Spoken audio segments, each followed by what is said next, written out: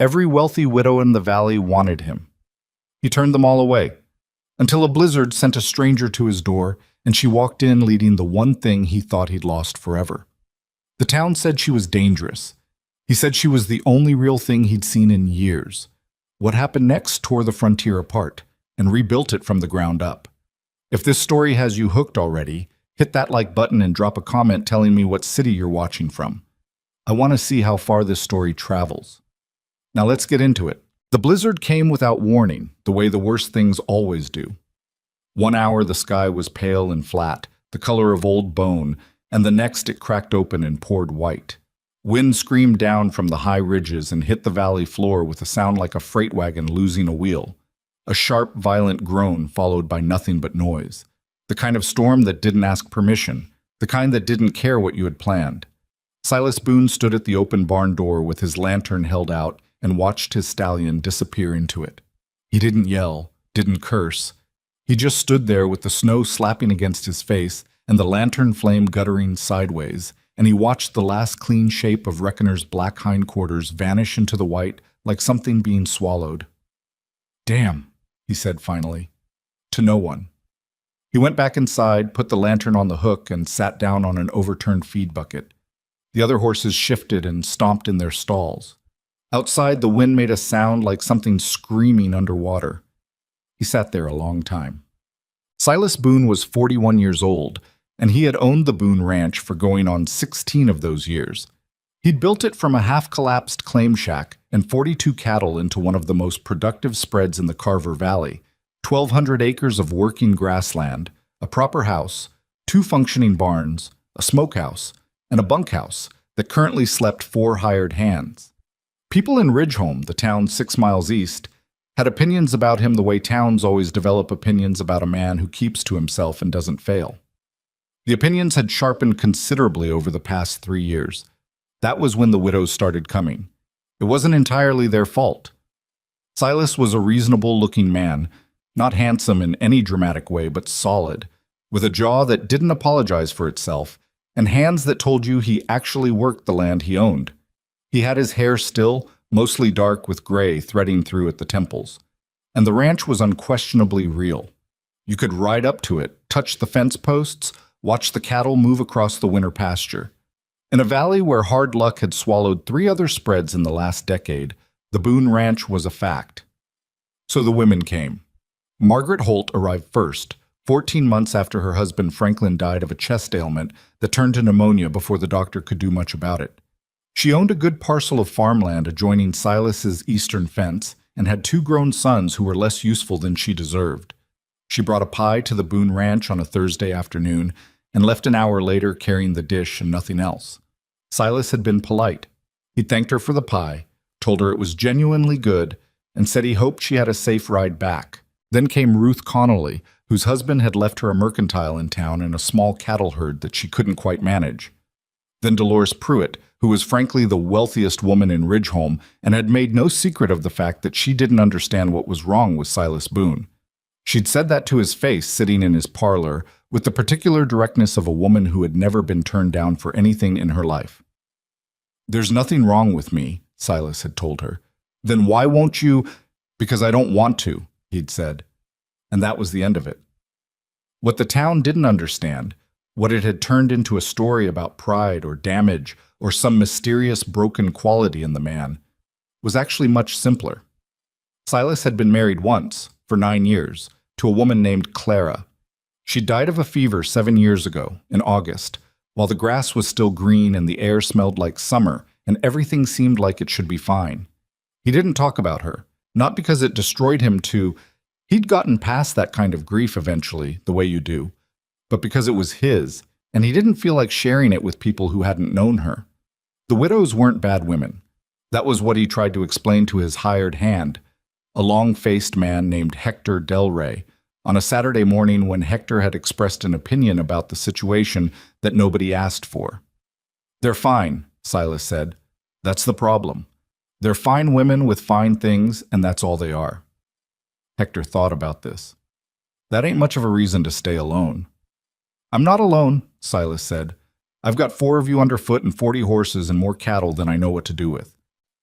Hector made a face that communicated his feelings without requiring words. "Mind the fence line on the north pasture," Silas told him. "I saw a post coming loose yesterday." Reckoner had been with him for 11 years. That wasn't nothing. A man could go through a lot in 11 years, and Silas had, and a horse that was there for all of it accumulated a different kind of worth than money. Reckoner was a black Morgan stallion, 16 hands, with a white star on his forehead that had been nearly invisible when he was a colt and was sharp and clear now. He was not an easy horse. He had strong opinions about weather, about strangers, and about being asked to do things he considered beneath him. He had bitten Hector twice. He had also, on a day 2 years ago when Silas's gelding had thrown a shoe on the upper trail and gone lame, carried Silas 7 miles home through ankle-deep mud without complaint or stumble. Now he was gone into a blizzard that had already built 2 feet of drift against the barn wall. Silas sent the hands out at first light. The storm had thinned enough to see, barely, and 4 men spread out across the north pasture and up into the tree line with lanterns and lead ropes. They were back by mid-morning, red-faced and empty-handed, reporting that the snow had obliterated everything. No tracks. The wind had been vicious enough in the night that it had scoured the top layer and redistributed it and left the landscape looking like it had always looked exactly this way. "Could have gone up into the meridian timber," said a hand named Cole, warming his hands at the kitchen stove. "Storm like that, a spooked horse goes uphill. They always go uphill." "Meridian's 5 miles," said another hand, Dobbs. "In that weather." "I know how far it is," Silas said. Nobody said what they were all thinking, which was that a horse alone in that terrain in that storm, even a strong horse, even Reckoner, had a limited range of outcomes, and most of them were bad. Silas stood at the kitchen window and looked at the white valley and said nothing. She came at dusk, when the light had gone flat and purple, and the temperature had dropped again hard enough that even the cold felt cold. Silas heard the dogs first, not the alarm bark, the uncertain one, the bark they used when something arrived that didn't fit any category they had for things. He went to the window and saw a shape coming down the access road, moving through the snow with a slow and steady gait.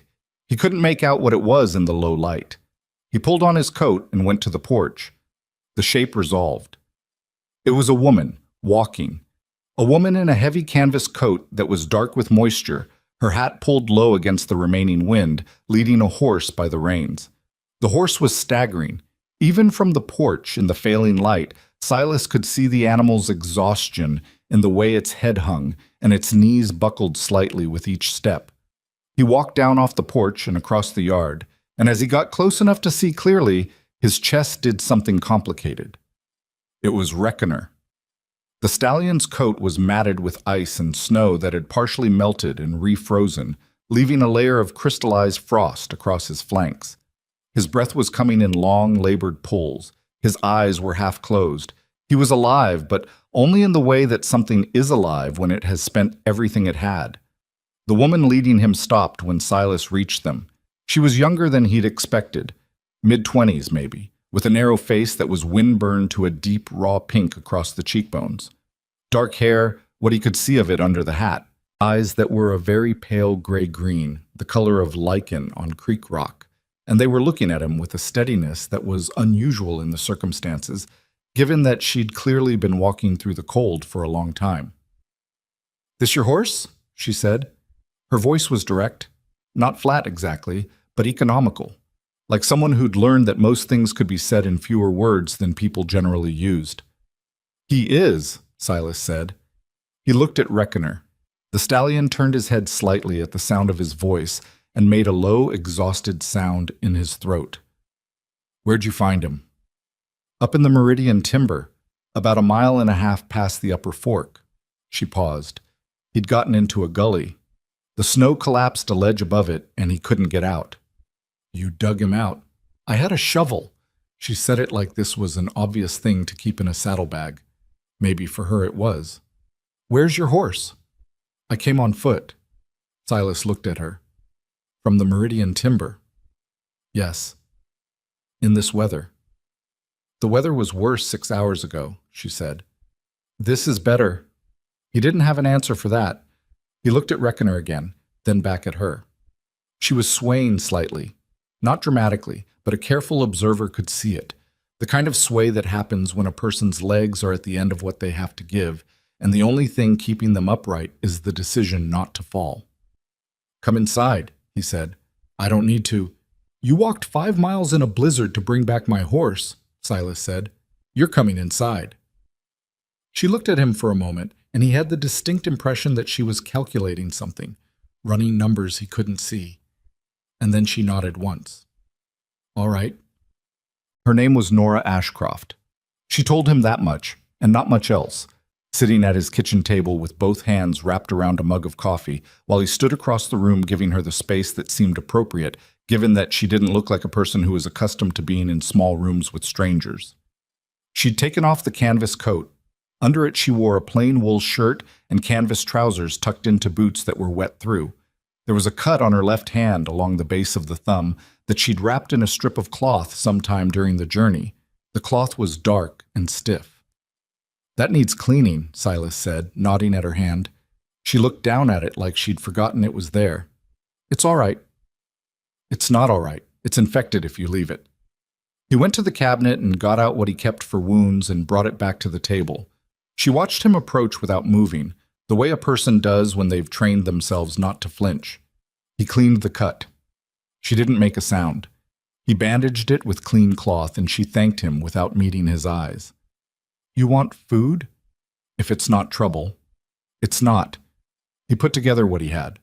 Cold biscuits, sliced salt pork, some beans he'd kept warm at the back of the stove. She ate with a focus that told him she'd been running on fumes for longer than tonight. Not desperate, not embarrassing, just present in the way that people are when food is fuel and they needed fuel hours ago, and they're making up for it. "Where were you headed?" he asked, when she'd gotten through most of it. She looked up. "Does it matter?" "I suppose not. I'm asking anyway." She considered this. "West of here. I was looking for work."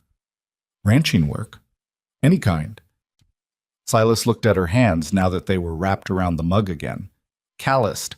Not the kind of calluses you got from housework, or even from driving a wagon. Deep set, across the fingers and the palm, the calluses of someone who'd handled tools and ropes for years. "You know horses," he said. It wasn't a question. "Some. You found a spooked Morgan stallion in the dark, in a blizzard, on the far side of a mountain range, and dug him out of a gully collapse and walked him 5 miles home," Silas said. "That's not some." She looked at him with those pale gray-green eyes and didn't answer right away. "He was scared," she said finally. "He needed to know it was going to be okay. And you convinced him of that. I sat with him for a while, talked to him. Horses in that situation, they panic and they die, or they panic and hurt themselves, or they go still and wait for something to change. He went still. That's the kind of horse you can work with." Silas was quiet for a moment. Outside, the wind moved around the eaves in long, low pulls. The kitchen was warm. The fire in the stove ticked. "You can stay until the storm passes," he said. She opened her mouth. "Before you argue," he said, "I have a spare room. The bunkhouse has 4 men in it who I'd rather not disturb, and the temperature tonight is going to go below what a human body can handle if it's exposed. So," she closed her mouth. "Thank you," she said after a moment, in a tone that sounded like the words cost her something. The spare room was small. A single bed, a window that faced the north pasture, a braided rug on the plank floor. Silas had used it as a storage space until 2 years ago, when Hector had needed somewhere to sleep during a bout of illness. There was a quilt on the bed, heavy and faded. He left a candle on the windowsill. "There's a wash basin down the hall," he said from the doorway. "I'll find it." He started to go, then stopped. "The reward," he began. "I don't want a reward. I haven't said what it is." "I don't want it," she said. Her voice was quiet, but there was nothing soft about it. He needed to get home. Now he's home. That's all. Silas looked at her. She was standing beside the bed, still upright, still composed, though he could see that it was costing her more now than it had been in the kitchen. The edges of a person show eventually. "All right," he said. He went down the hall to his room and sat on the edge of his bed in the dark for a while before he took off his boots. He'd met a lot of people in 41 years. He'd hired hands and fired them, bought cattle from men and sold it to others, argued with neighbors and made peace with them, and in some cases lost them entirely. He'd had dealings with drifters and merchants and lawmen, and one particularly memorable federal surveyor who'd had the navigational instincts of a drunk rooster. He thought he had a reasonable working understanding of how people were put together. Nora Ashcroft did not quite fit any arrangement he recognized. It wasn't that she was mysterious exactly. People who perform mystery were easy enough to see through. It was more that she seemed genuinely indifferent to how she appeared. She hadn't deflected or performed modesty when he'd acknowledged what she'd done with the horse. She'd just stated the facts of it, as if the facts were what they were, and didn't require any additional presentation. She hadn't offered information about herself that he hadn't asked for, but she also hadn't been cagey about the things he did ask. She'd walked 5 miles in a blizzard to bring back a stranger's horse and refused a reward, and asked for nothing but a place to wait out the cold. That was either the most straightforward thing in the world or the most complicated. Silas lay back on his bed and stared at the ceiling and listened to the wind. She was up before anyone else in the morning. He came downstairs at first light and found the kitchen already warm. She'd built the fire back up, and the coffee already made. He stood in the doorway for a moment, surprised, and she looked up from the table where she was sitting with a cup of her own. "Hope that's all right," she said. "It's more than all right." He poured a cup and sat down across from her. Through the window, the sky was a pale, washed-out gray, and the snow had stopped during the night. The valley stretched out flat and white under the early light. "How's the stallion?" she asked. "Checked him an hour ago," she said. He looked at her. "I woke early. I wanted to see how he'd come through the night. I hope that was... It's fine. He's doing better. He ate. That's good." "Yes," Silas said. "That's good." He drank his coffee and she drank hers, and they sat in the quiet for a while without it being uncomfortable, which was notable because silence with a near stranger was usually uncomfortable in his experience. "Where were you before here?" he asked. She turned the cup in her hands. "Around? Around where?" "East of here mostly. Montana for a while. Sometime in Wyoming." "Ranching?" "Some ranching, some freight work, some..." She paused. "Other things." He didn't push it. The way she'd said other things was the only moment so far where her voice had gone careful in a way that suggested the territory beyond it wasn't open.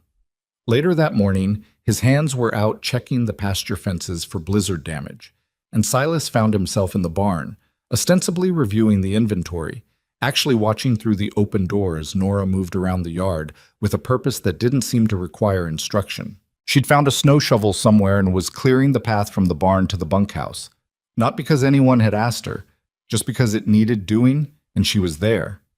Reckoner, in his stall, had begun tracking her movements. His ears followed her. His head swung toward the sound of her boots on the packed snow. The stallion, who had bitten Hector Del Rey twice and who viewed most new people as an imposition on his time, was watching Nora Ashcroft with something that looked almost like curiosity. Silas leaned against the barn wall and drank his second cup of coffee. She stayed 3 days. The storm left enough aftermath: drifted road, iced-over creek crossings, a toppled section of fence on the east side that needed setting before the cattle found it, that nobody was going anywhere quickly, and Nora seemed disinclined to press for the sake of pressing. She worked.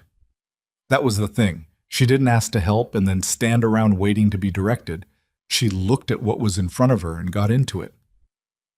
On the second day, she was in the barn helping Hector reset a water trough that had cracked in the freeze when Silas overheard her explaining to the younger hand, Cole, why the angle of the trough mount was causing the overflow problem.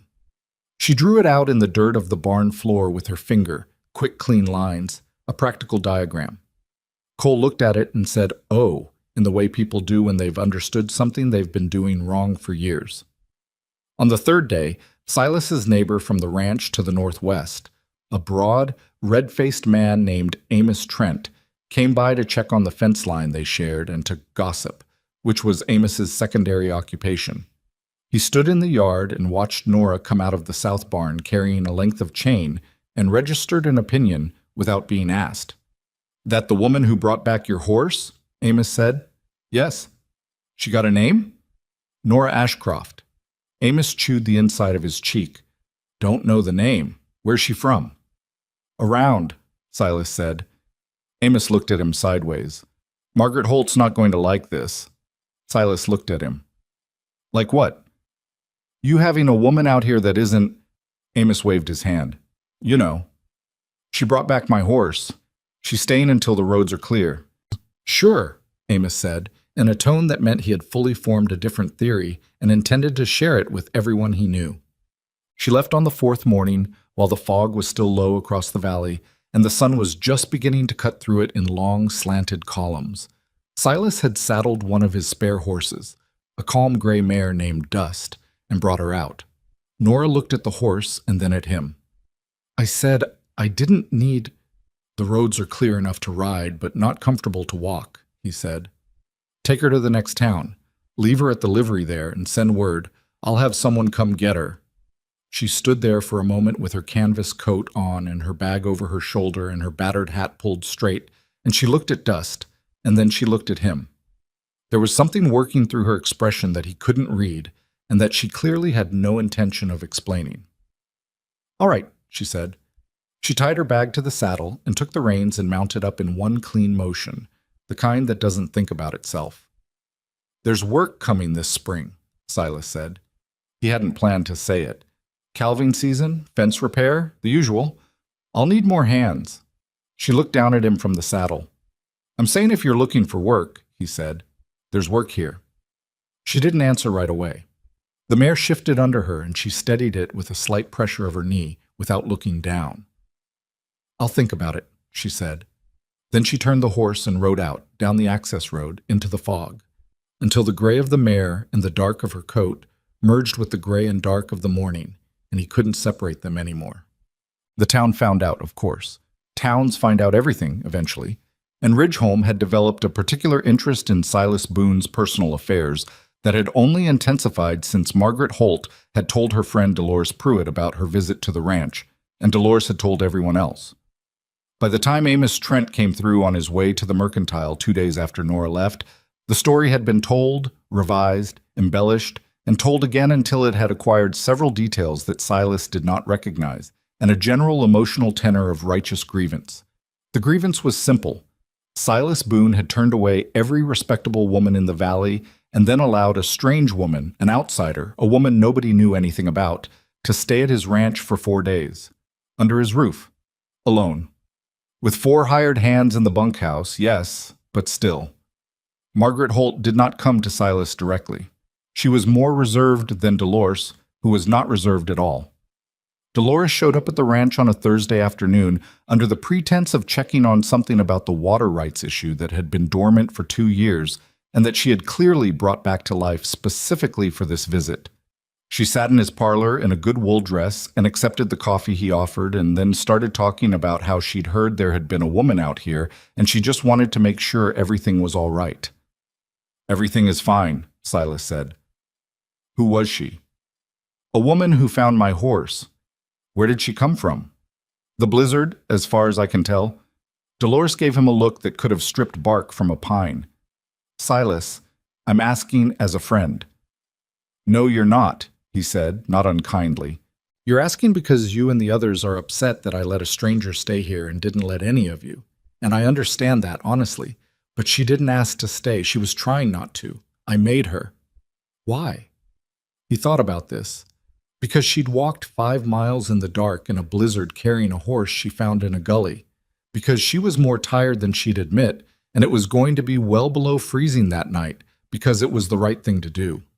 Dolores set down her coffee cup. And that's all. That's all. She left in a state of dignified dissatisfaction, and Silas went back to the paperwork he'd been doing when she arrived, which was a calculation of how many calves he was likely to get this spring based on the previous year's numbers and the current state of the herd. The math took his attention, and he let it. 3 weeks later, Nora came back. She arrived on a clear, cold morning in March with her bag on her back and a no-nonsense expression and asked him if the offer of work was still standing. It is, he said. I can start today. You can start after breakfast." She came in and ate without ceremony and went out an hour later with Hector, who showed her what needed doing and who she'd be working alongside. By noon, she was 3 fence posts deep on the east line, working at a pace that made the younger hands recalibrate what pace was possible. By evening, she'd covered more ground than anyone had expected. Hector came to Silas that night with an expression of measured surprise. "She knows what she's doing," he said. "I know," Silas said. "I mean, she really knows." She checked the tension on the wire sections before she started and pointed out 2 spots I'd missed that were going to fail in spring thaw. "I know," Silas said again. Hector thought about this for a moment. "Where'd she come from?" "I'm not sure," Silas said. "She doesn't say much." "She says what needs saying." Hector looked at him with the expression of a man who has learned over many years how much and how little it was worth expressing an opinion to his employer. He chose less. "Night," he said. "Night," Silas said. "Okay." The trouble was already moving toward them, though nobody on the Boone Ranch knew it yet. It had been moving for a while, building in the low country to the south where the Carver Valley narrowed and the ranches were smaller and the distances between neighbors were longer. Men had been losing cattle, not to weather, not to predators, but to theft. Clean, professional theft, carried out at night in small numbers, so it took months before anyone realized the losses weren't just accounting errors or strays that had wandered. By the time 2 ranchers to the south had compared notes and realized their numbers had been declining at the same rate on the same schedule, the operation had been running for over a year.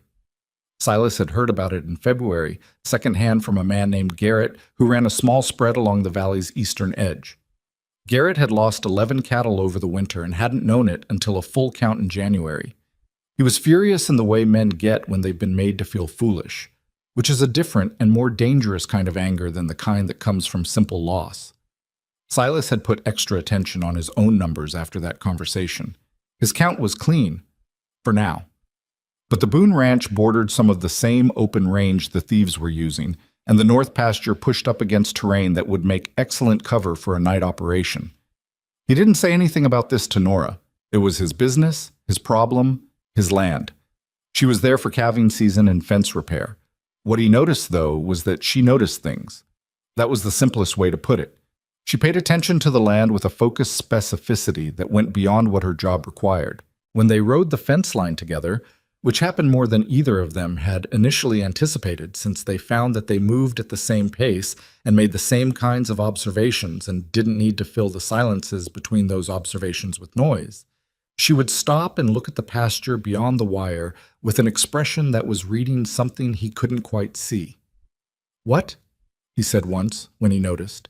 She pointed toward a gap in the tree line at the north edge of the pasture, a low, dark space where 2 stands of timber didn't quite meet. "That's a good approach. If someone wanted to move cattle out of here without being seen." Silas looked at the gap. It was exactly what she'd said.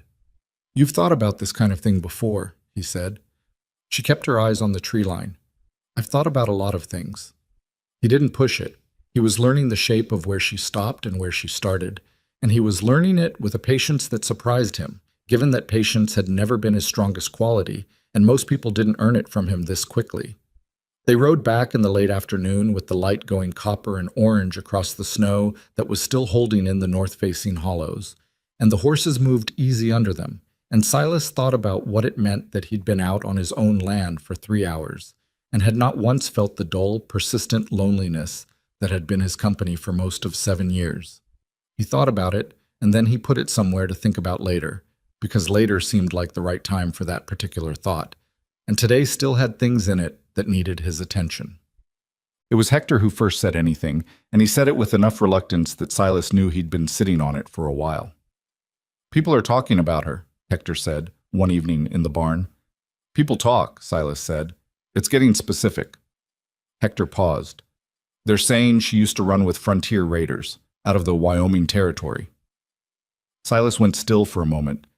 Then he went back to what he was doing, which was checking the condition of a bit that had been feeling off. "Who's saying that?"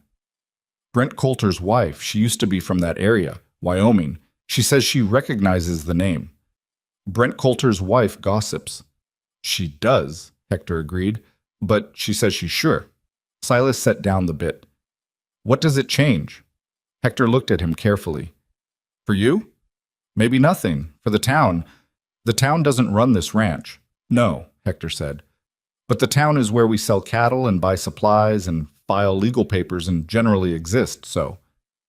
It was a fair point, and Silas acknowledged it was a fair point, which he demonstrated by not arguing with it. I'll talk to her, he said.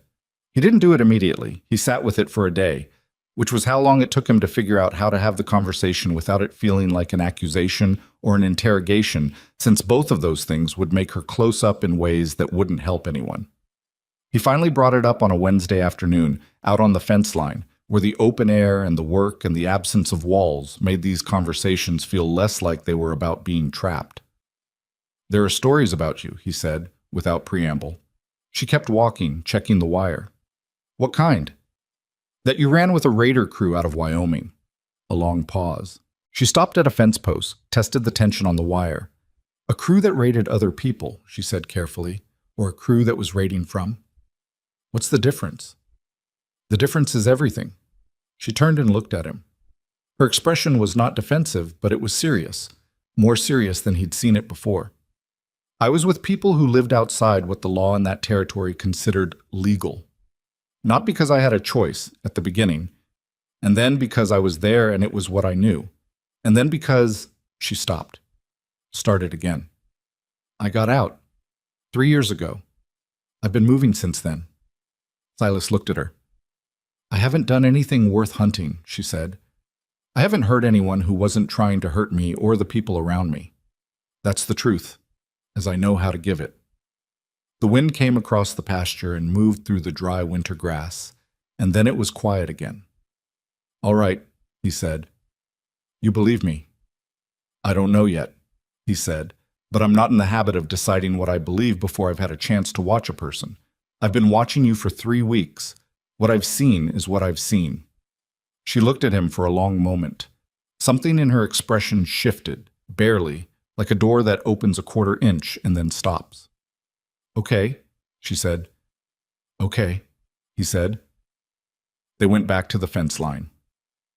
Go on.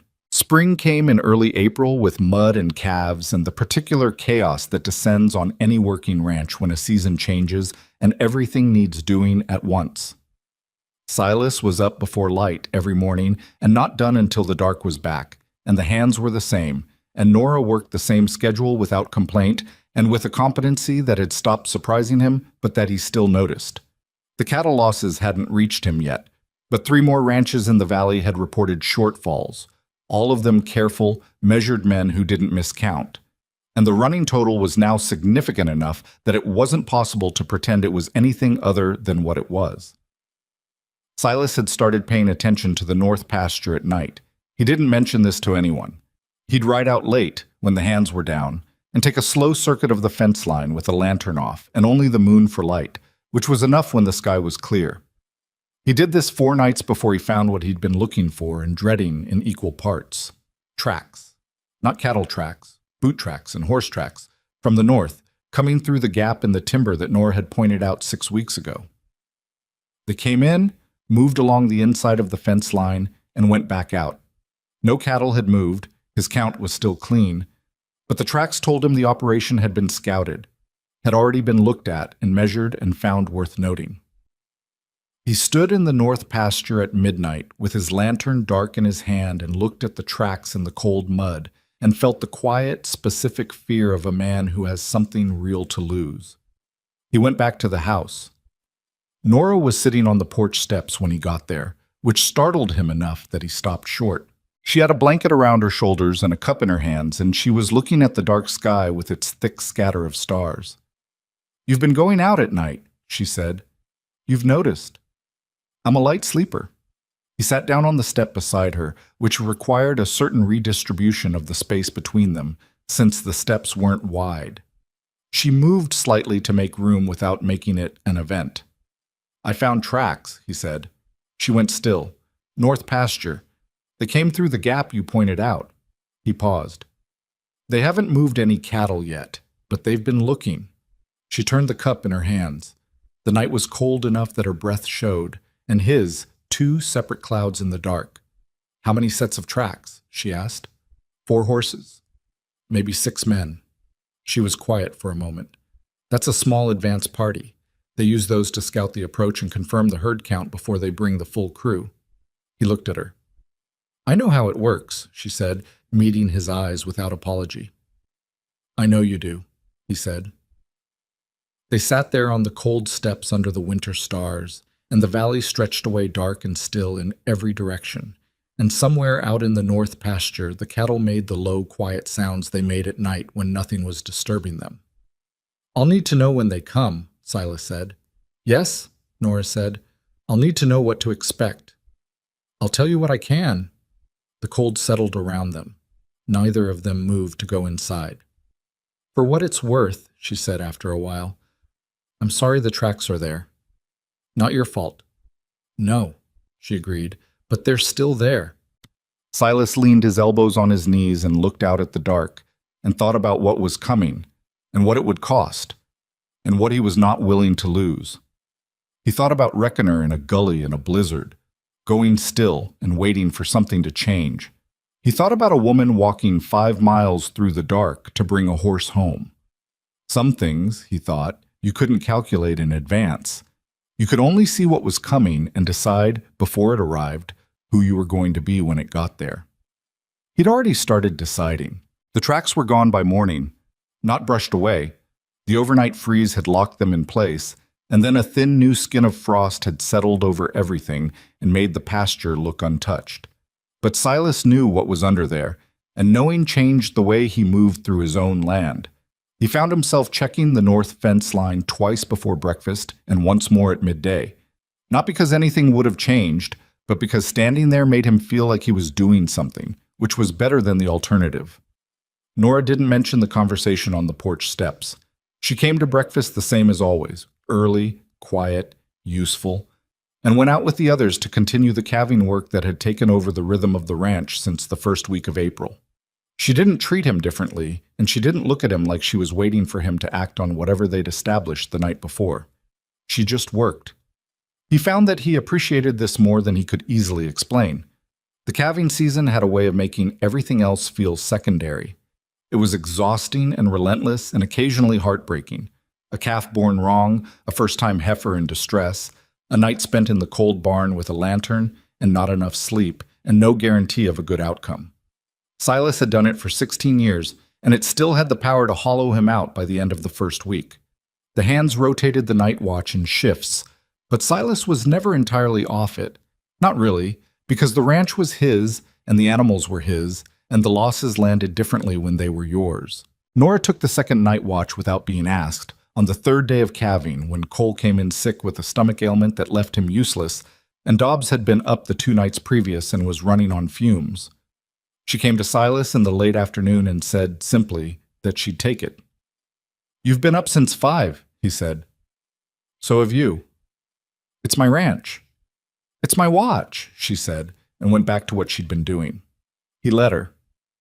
He was up at 2 in the morning anyway, the way he always was during calving, and he found her in the south barn with a lantern propped on a post and a calf that had been born breech an hour earlier and was now, improbably, upright and nursing. Nora was crouched in the straw nearby, watching it with the concentrated attention of someone who didn't entirely trust good outcomes until they'd lasted a while. You turned it? He asked. Mostly the mother did. I just helped. She paused. She knew what she was doing. I stayed out of it until she needed another set of hands. Silas watched the calf for a moment. It was wobbly and wet-eared and entirely committed to the business of existing. Go get some sleep, he said. I've got it. She stood, brushed straw from her knees, picked up her lantern. She was moving toward the barn door when she stopped. Silas, he looked up. Be careful with the north pasture, she said. They won't wait much longer. Spring works in their favor. The mud covers tracks better than frost does. Then she went out, and he stood in the barn with the calf and its mother and the sound of the other animals settling around him. And he thought about timing and mud and the particular patience of men who made their living taking other people's things. The first rumors arrived in Ridgeholm before May did. Silas heard about them from Amos Trent, who stopped by on a Tuesday under the pretense of wanting to discuss the shared water situation along their boundary creek, which was a perennial topic that neither of them had strong feelings about, but which served as useful cover for other conversations. Amos had barely dismounted before he got to it. "People are talking about your hired woman," he said. "I know." "Not just the widow situation," Amos said, which told Silas immediately that Brent Coulter's wife had been busy. "There's a story going around that she used to ride with Decker's crew." Silas had heard of Decker. Most people in this part of the frontier had a raider operation out of Wyoming that had been active for the better part of a decade, hitting freight wagons and isolated ranches and occasionally something larger.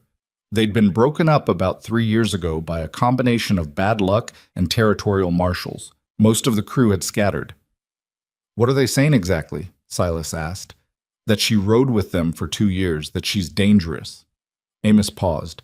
"That you've got a wolf sleeping in your barn and you're too stubborn or too—" He stopped himself. "Too what?" Amos looked uncomfortable. "Too taken with her to see it straight." Silas looked at him for a long moment. "Amos, in 16 years, have you ever seen me make a decision about this ranch that wasn't straight?" "No," Amos said honestly. "Then I'd appreciate it if you told people that." Amos chewed his cheek. "I'll try. But Margaret Holt is telling anyone who'll listen that she refuses to believe a respectable man would knowingly—" "Margaret Holt," Silas said carefully, "has made several visits to this ranch that I didn't invite and hasn't once asked me what I actually think about things. She's formed opinions about my ranch and the people on it from the outside.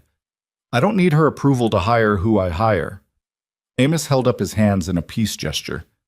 "I'm just telling you what's out there." "I know," Silas said. "I appreciate it." They talked about the creek boundary for 20 minutes after that, and then Amos rode back toward his property, and Silas stood in the yard for a while looking at nothing in particular before he went back inside. He didn't tell Nora about the conversation.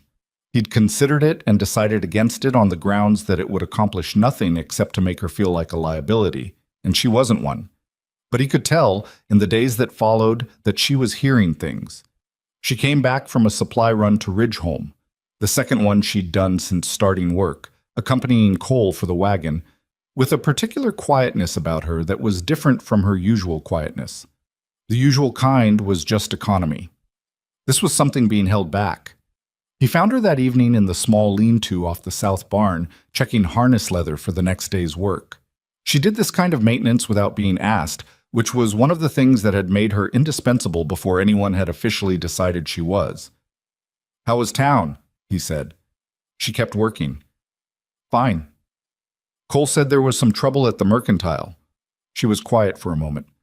"Mrs. Coulter was there. She said some things." Another pause. "Loudly." "What things?" Nora set down the harness, turned to look at him. "That you're being made a fool of. That I'm using your hospitality to set up something."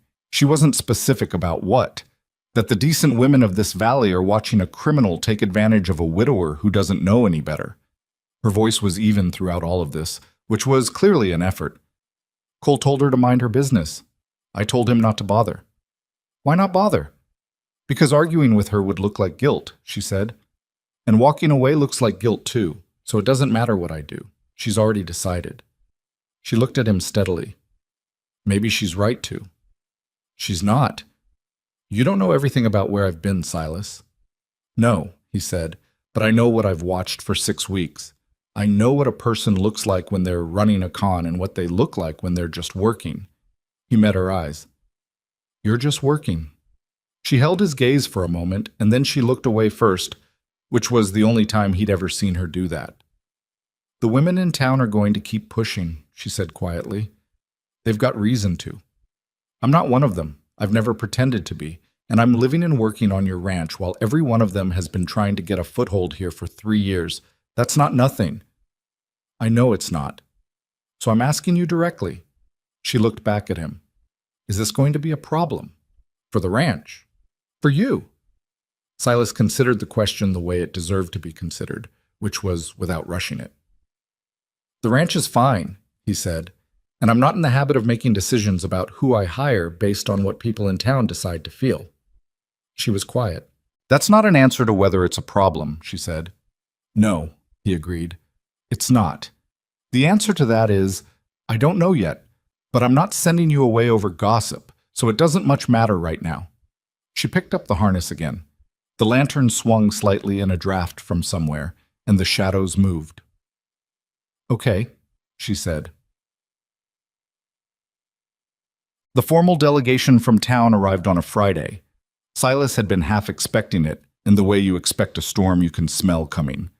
It was 3 people: Dolores Pruitt, which surprised him, Reverend Gale's wife Hannah, which did not, and a rancher named Walter Foss, who had apparently been volunteered by someone for reasons that weren't entirely clear, since Foss was a mild-mannered man who clearly wanted to be somewhere else. They came in a buckboard and parked it in the yard, and Dolores got down from it with the deliberate authority of a woman who has prepared her remarks. Silas stood on the porch and waited. We're not here to cause trouble, Dolores began. Good, he said. We're here as people who care about this community and about you personally, Silas, and we think there are some things that need to be said. All right. The woman you've hired, Nora Ashcroft. Dolores said the name carefully, as if it might behave unpredictably. We have serious concerns about her history and what her presence here means for the safety of— What specifically? Silas said. Dolores paused. What? What specific concern? Not general, specific. He looked at her steadily. Has she stolen something, threatened someone, caused any damage you can point to? There are credible reports. From Brent Coulter's wife, Silas said, who has never been to Wyoming as far as I know, and who heard the name Ashcroft somewhere and built a case around it. He kept his voice level. I know about her background. She's told me what she's told me, and what I've observed tells me the rest. What she's told you, Hannah Gale said, in the tone of a woman deeply skeptical of what anyone would tell you. Silas, these kinds of people are skilled at— These kinds of people, Silas repeated. Hannah had the grace to look slightly uncomfortable. I've got 4 hands on this ranch, Silas said. I've had high and low caliber men work this land over 16 years, and I know which is which. I'm asking you to trust my judgment on the people I employ, the same as you trusted on everything else. Walter Foss, who had said nothing, chose this moment to look very intently at the ground. Dolores looked at Silas for a long moment. There was something in her expression that was more complicated than simple disapproval, something that was maybe closer to genuine concern. He recognized it and acknowledged it internally without letting it change anything. You're going to do what you're going to do, she said finally. That's generally how it works, he said. And when something goes wrong, if something goes wrong, he said, I'll deal with it. That's what I do. Dolores pressed her lips together. Then she turned and got back in the buckboard with a composure that cost her something, Silas could see. Hannah followed. Walter Foss climbed up after them with the look of a man who had endured something and was grateful it was over. Silas watched them go. Behind him, the screen door didn't move, but he was aware that it could. He'd seen the shadow shift behind the window when they'd arrived. That evening, he told Nora what had happened in plain terms without editorializing. She listened. Then she said, You should have let me talk to them. No, he said. It would have helped if they'd seen that I wasn't— It wouldn't have helped, he said. Nothing you said would have mattered. It's not about what you say. It's about the fact that you're here. He paused. Some of them are going to come around. The others won't. Either way, I'm not managing this ranch by committee. She was quiet for a moment. Silas, she said, I can leave. If it's making things harder— It's making things more complicated, he said. Complicated and harder aren't the same thing. He looked at her. I need someone who knows how cattle thieves operate watching the north pasture. I need someone who can work a calving season without falling apart. I need someone who doesn't need to be told twice about anything. He paused. You're the only person on this ranch who covers all 3, so I need you to stay. She was looking at him with an expression he couldn't entirely decode, not moved exactly, but altered in some small way, like something that had been braced against impact and found instead that it wasn't coming. All right, she said, for what felt like the 100th time, but this time it meant something different, and they both knew it. It was 2 days later that Silas came to her with a different kind of problem. He'd been tracking the cattle thefts across the valley for weeks, quietly, carefully, building a picture from the reports he gathered when he talked to other ranchers and from what he observed on his own land. The picture that had assembled itself was specific and organized and spoke to someone with real experience running this kind of operation across a wide range of terrain. "They're not random," he told her, spreading a rough map across the kitchen table, his own hand-drawn version, marking the ranches that had been hit and the dates he knew about. They hit in rotation, always night, always the same general direction of departure, north or northwest, up into the high country. Nora studied the map. "Where are they holding the cattle?" "That's the question." "There's terrain up in the Meridian Range." She stopped, traced a line on the map with one finger. "There's a bowl up here, north of where I found Reckoner. It's sheltered, there's water, it's not visible from any trail. You could hold 300 head in there for weeks before anyone found them." Silas looked at her. "How do you know that?" She met his eyes. "I've been up in that range." He let that sit. "I need to go up there," he said. "Not alone." "I wasn't planning on going alone." She studied the map again. "If you go and they're there, they'll know the ranches in the valley are paying attention. They'll move faster, or they'll move against you specifically." "I know. And if you go and they're not there yet, you've tipped your hand for nothing." "I know that too." She straightened up from the map, looked at him directly. "So what are you thinking?" "I'm thinking I need to find out how big this operation is before I do anything else," he said. "I'm thinking I need to talk to the other ranchers, the ones who've been hit, and get them to actually coordinate instead of each handling it privately like everyone's been doing. They won't like it. No, they'll like losing cattle more." She almost smiled, not quite. "When?" "I'll start riding out next week. Hit the 3 ranches to the south, then the 2 east of here. Make the case." He paused. "I need you here." Something shifted in her expression. "Here. I'll be gone several days. The hands are good, but they're not—" He thought about how to say it. "They don't have your read on things. If something moves on the north pasture, I need someone who'll know what it means." It was the most direct thing he'd said to her about what she represented to this operation. He watched her absorb it. "I'll be here," she said. He nodded once, started to fold the map. She put her hand flat on it. "Silas?" He looked up. "Be careful who you trust when you're out there. Someone's been feeding this crew information. They know which ranches to hit and when the counts are low and where the hands aren't watching. That's not all guesswork." He hadn't thought of it that way. He did now. "You think someone in the valley is working with them?" "I think it's possible," she said. "It would explain the precision."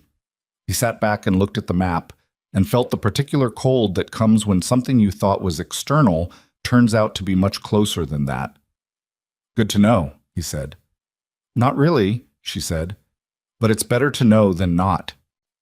He rode out on a Monday with 2 days' supplies and no announcement to anyone except Hector, who he trusted to keep it quiet.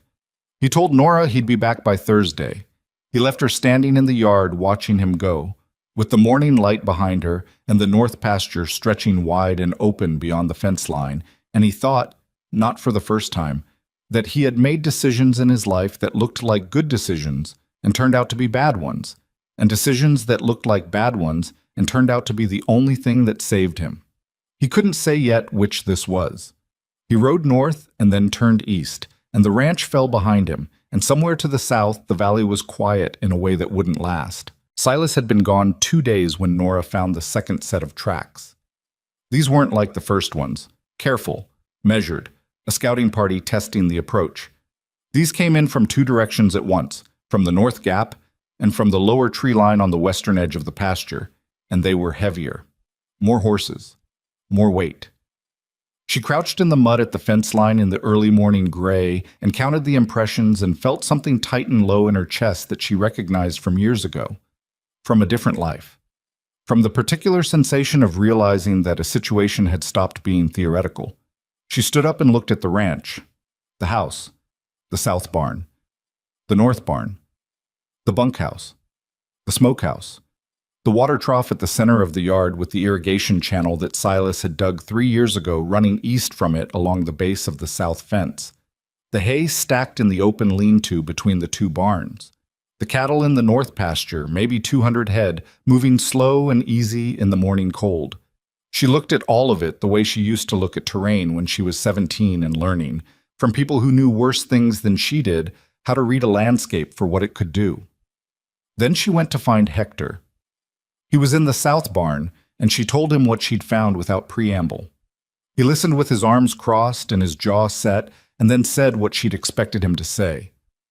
"We should send for Silas. By the time someone rides out and finds him and comes back, it'll be tonight," she said.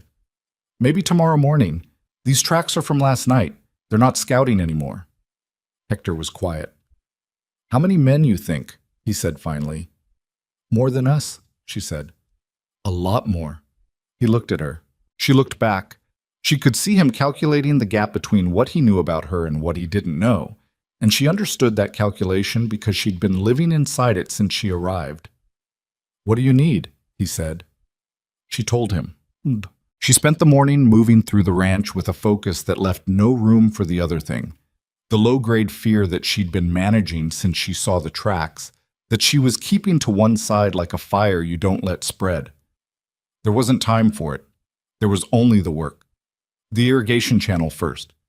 Silas had dug it 3 summers ago to run water from the main trough to the south pasture, and it ran along the base of the south fence in a shallow trench, about 18 inches deep and 2 feet wide. She walked its length and measured it against what she was planning and decided it would do. She had Cole and Dobbs extend it at the eastern end, pushing it another 20 yards toward the corner of the yard. They didn't ask why. She told them enough to keep them working and saved the rest. The hay in the lean-to was dry. Weeks of low humidity had pulled the moisture out of it until it would go up fast and hot. She didn't touch it yet. She just noted it and moved on. The cattle were her biggest problem and her biggest asset at the same time. 200 head of cattle in a confined pasture, spooked hard enough, would move in a direction and they would keep moving in that direction, and anything in their path would have a bad night. The question was direction. She spent an hour on the north pasture fence, identifying which sections were solid and which were compromised. There were 2 spots on the east side where the posts had settled over the winter and the wire had loosened. She didn't fix them. Hector watched her leave those sections alone and came to her with his eyebrows doing something complicated. "Those need—" "I know," she said. "Leave them." He was quiet for a moment. "You're going to run the cattle through there." "If I need to." "Into what?" She told him the rest of it then, standing at the fence line with the spring wind coming across the pasture and the cattle moving in the middle distance, and she watched his face go through several stages before it settled into something that was not quite confidence and not quite the opposite. "That's either the smartest thing I've ever heard," he said, "or we're all going to die." "Probably somewhere between," she said. He looked at her for a long moment. "You've done this before." She didn't answer immediately. "I've been on the other side of it," she said, "which is close enough. They came at dusk." She'd expected night, full dark, the way raids usually worked, and the early timing threw her for half a second when Dobbs came running from the north barn, saying there were riders coming down from the tree line. Then she understood. They'd seen Silas leave. They knew the count of hands. They'd decided dusk was safer than midnight because dusk still had enough light to work by and was early enough that any response from the valley would take time to organize. Smart. She'd have made the same call. She had 4 men, Hector, Cole, Dobbs, and a hand named Prentice, who was young and scared and trying not to show it. She put them where she'd put them and told them what she'd told them, and then she went to her own position, which was the roof of the south barn. She'd climbed it an hour earlier and confirmed what she'd thought. From up there you could see the full yard, the north pasture, the approach from the west, and most of the access road. You could also be seen, which was a problem she'd solved with the canvas she'd pulled from the hay lean-to and draped across the ridgeline in a way that looked like it was there for weather. She lay flat on the roof with the canvas above her and watched them come. There were more than she'd counted on. That was the first thing. She'd estimated based on the track weight and the approach pattern, and she'd come up with 15, maybe 18. What came out of the timber and across the north pasture fence was closer to 25, possibly more. They were spread wide and moving in a loose formation that was designed to encircle rather than charge. Someone who knew what they were doing had planned this. The second thing she noticed was the leader. He was riding a gray horse at the center of the formation, and even from a distance and in the failing light, she could see the way the others oriented to him. Small adjustments, horses angled slightly toward his position, eyes checking back. He was a tall man, sitting straight in the saddle, and he was moving with the ease of someone who had done this many times and expected this time to be the same. She knew the type. She'd ridden with men who moved like that. She knew what they were thinking right now, which was, one man's ranch, 4 hands, a woman, be done in an hour. She let them get into the yard. She let them get all the way in, spread across the open ground between the barn and the bunkhouse, before she lit the first torch and dropped it into the irrigation channel. She'd put lamp oil in the channel 2 hours earlier. Not a lot. Enough to burn fast and bright. Not enough to get out of hand. The fire caught and ran along the channel like something alive, east to west, and in the space of 3 seconds there was a wall of fire running along the south fence line that was close enough to the rider's flank to make their horses lose their minds. The horses went first. That was always how it worked. A horse doesn't reason about fire the way a person does. It just goes, and it goes hard, and if you're on it, you go with it, whether you want to or not. The eastern half of the formation dissolved instantly into rearing, spinning chaos, men cursing and hauling on reins that weren't helping. Then Nora put a torch into the dry hay in the lean-to. That one went up big. A column of fire and smoke that lit the whole yard orange and sent a rolling wave of heat across the open ground. The horses that had been managing their fear stopped managing it. The cattle in the north pasture, already pushed to the edge of the herd's tolerance by the noise and the smell, hit the 2 loose sections of east fence and went through them.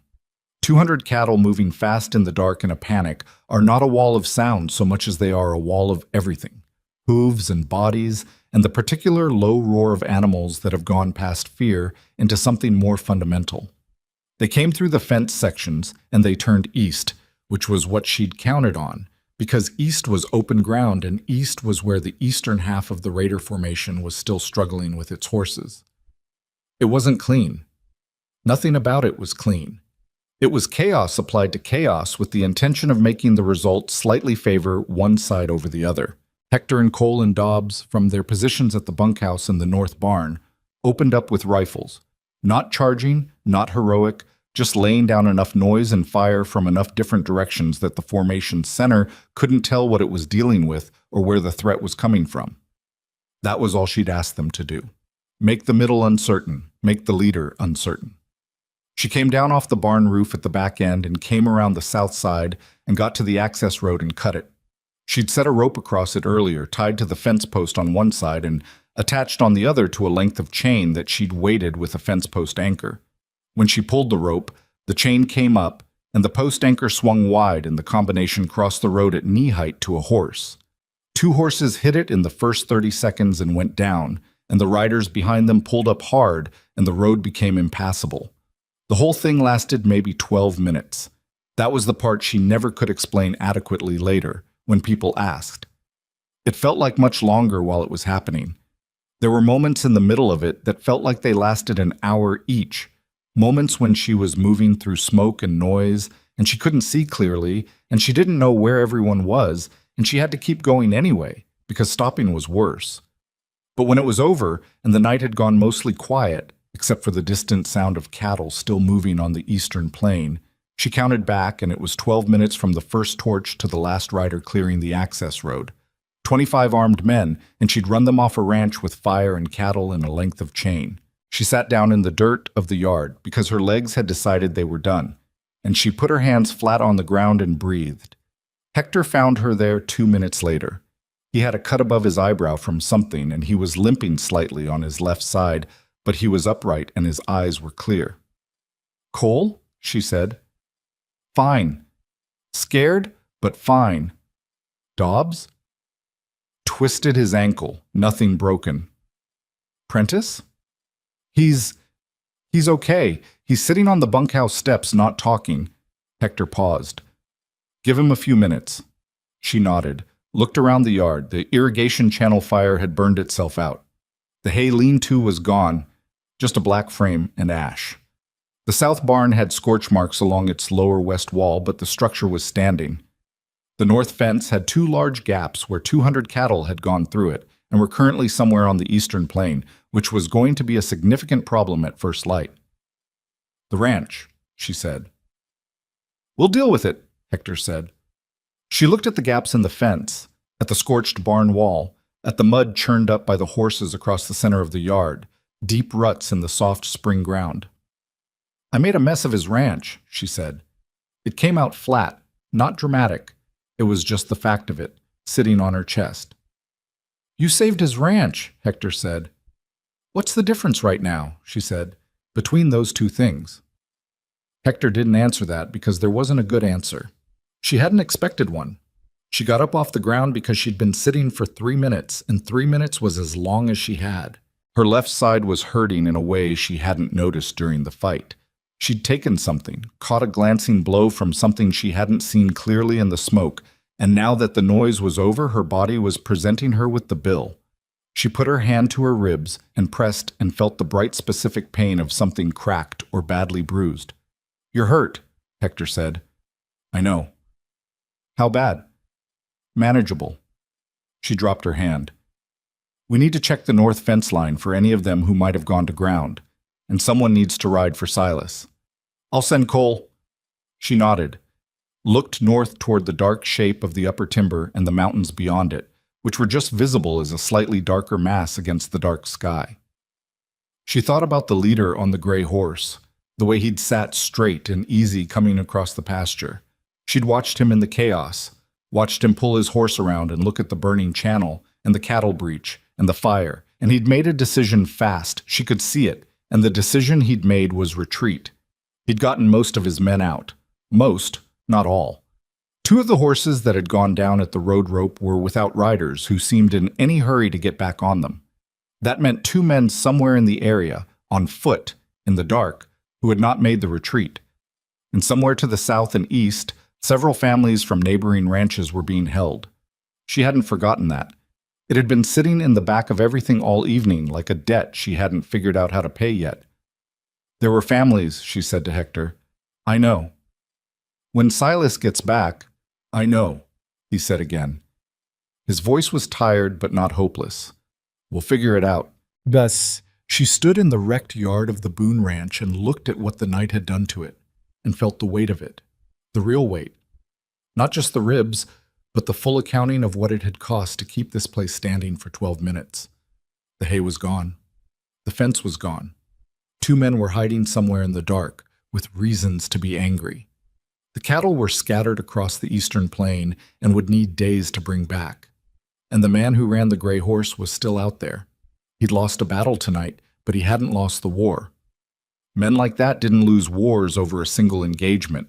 They recalculated and came back harder, and they came back with a specific kind of anger that was worse than the original plan because it was personal now. She knew that too, from the other side. Cole rode out within the hour. Prentice eventually came off the bunkhouse steps and helped Hector walk the perimeter in the dark, checking for the 2 missing riders. They found one of them, a young man, barely older than Prentice, sitting against the east fence with a broken wrist and the look of someone whose night had gone very differently than expected. They brought him in and put him in the barn, and Nora wrapped his wrist in clean cloth and told him to sit still, which he did because he had no other options that looked better. The second man they didn't find. That bothered her more than she showed. She climbed back up to the barn roof at midnight because it was the best vantage, and because lying down was difficult with the ribs, and because she didn't trust the dark enough yet to sleep in it. She sat with her back against the chimney stack and watched the tree line and listened to the ranch settle around her. The remaining horses in the north barn, Prentice walking a slow circuit of the yard below, the distant sound of cattle still spooked and moving somewhere east. The stars were out, cold and enormous, the way they get in that country when the air has been scoured clean by wind and there's nothing between you and everything above. She put her hand to her side and breathed carefully through the pain. Silas would be back tomorrow, if Cole found him by morning. Maybe the day after. She'd hold the ranch until then because that was what she'd said she'd do and because there wasn't an alternative that made sense. What came after was harder to map. The families to the south, the leader on the gray horse, the valley ranchers who were still trying to manage this individually when the problem had long since outgrown any individual solution. She sat on the roof of the barn and thought about all of it, and she thought about the fact that she'd spent 3 years trying to get far enough away from the life she'd come from that it wouldn't follow her anymore. And instead, she'd walked into a valley where the same calculus was running, just under different names. You couldn't outrun the thing you knew how to do. Eventually, the thing you knew how to do was the only thing that helped. She wasn't sure yet whether that was a tragedy or just the shape of how it was. The night held. The tree line stayed dark. Below her, the wrecked yard of the Boone Ranch sat quiet under the stars, holding its ground. Cole found him the next morning, 40 miles south on the Garrett spread, where Silas had spent the previous evening convincing a stubborn, grieving rancher named Emmett Garrett that the losses he'd been absorbing alone for 8 months were connected to losses every other man in the valley had been absorbing alone, and that the alone part was the problem. He heard the horse coming fast before he saw it, and he was already moving toward the door when Cole pulled up in the yard, lathered and wild-eyed, and said what he said. Silas didn't speak for a moment. He stood in Garrett's yard with his hat in his hand and processed the information. The raid, the fire, the cattle breach, the men, Nora's ribs. In the particular way he processed bad news, which was sequentially and without the luxury of feeling much about any individual piece until he'd gotten through all of them. "She's all right," Cole said again. "Hector says she's all right. But the ranch. I heard you." He put his hat back on. Looked at Garrett, who had come out to the porch. "I have to go." Garrett was a lean, weathered man in his 60s who had been skeptical all evening and had gone to bed still mostly skeptical, and who was now standing on his porch in the early morning looking at a young hand who'd ridden 40 miles through the night and a rancher who was already saddling up with a face like a closed door. "How many men did they send?" Garrett called. 25, Cole said. "Maybe more." Garrett was quiet for a moment, and one woman held them off. "Yes, sir." Another silence. "I'll ride with you," Garrett said to Silas. "Give me 10 minutes." Silas looked at him. Garrett looked back with the expression of a man who has made a decision and doesn't need it discussed. 10 minutes, Silas said. He pushed the horse harder than was kind and got to the Boone Ranch by mid-afternoon with Garrett behind him and the particular dread of a man who has been told things are all right and needs to see it for himself before he can believe it. The yard stopped him. Not because it was destroyed, it wasn't, quite, but because it had been clearly and violently remade by the night. The lean-to was ash and black timber. The south barn wore a long scorch mark along its western wall. The north fence was open in 2 places, the wire curled back and the posts leaning. The ground across the center of the yard was churned to mud by what had been, by all evidence, a large number of horses moving in a panic. Nora was sitting on the porch steps. She stood when he came into the yard, which he could see cost her something. The way she held her left side told him where the injury was. He dismounted before the horse had fully stopped and crossed the yard, and she met him halfway, and he looked at her, just looked at her for a second, taking the inventory. "The ribs," he said. 2, maybe 3. Bruised or cracked, I can't tell. It's manageable. Dobb's ankle? He's walking, slowly. Everyone else? Fine. She paused. There's a prisoner in the north barn. Young man, broke his wrist in the road. He's talking. Something shifted in Silas's expression. What's he saying? Enough. She looked at him steadily. The families they took from the Holt property and the Foss spread, they're being held in the canyon. The bowl I told you about, the one above the Meridian Fork. Silas looked at her for a long moment. Then he looked at the ranch, at the ash and the scorch marks and the broken fence, and then back at her. You held this, he said. Barely, she said. Don't make it bigger than it was. I'm not making it anything, he said. I'm just saying what happened. She looked away first. The man who ran them, tall man, gray horse, he got out. He took most of his crew with him. She paused. He's going to come back, Silas. Not the same way, but he'll come back. I know. So we don't have much time. Garrett, who had stood back during this exchange with the tact of a man who understood when something wasn't his business, came forward now and introduced himself to Nora with a directness that she clearly hadn't expected. He shook her hand, looked at the yard, looked at her, and said, "What do you need from me?" She blinked, looked at Silas. Silas kept his face neutral. "I need every rancher in this valley who's willing to move," she said, "and I need them in the next 12 hours. "I can get 4, Garrett said, maybe 5. How many men?" "At least 20, more if you can find them." Garrett nodded once, turned to his horse, and rode back out. Silas watched him go. "You've thought about the canyon?" "All night," she said. They went inside and she laid it out for him at the kitchen table with the same rough map he'd drawn weeks ago, now marked with her additions: approach routes, the bowl geography, the water source, where the prisoners would likely be held based on what the young man in the barn had told Hector. She'd been building this while she sat on the porch steps waiting for him to come back, and the detail of it told him how long she'd actually been awake. "They'll have men on the canyon rim," she said, "north side especially. That's the natural high ground. So we can't come straight up the approach road." "No, but there's a secondary route." She put her finger on a line she'd drawn in pencil, coming around the western side of the Meridian Ridge. "It's longer.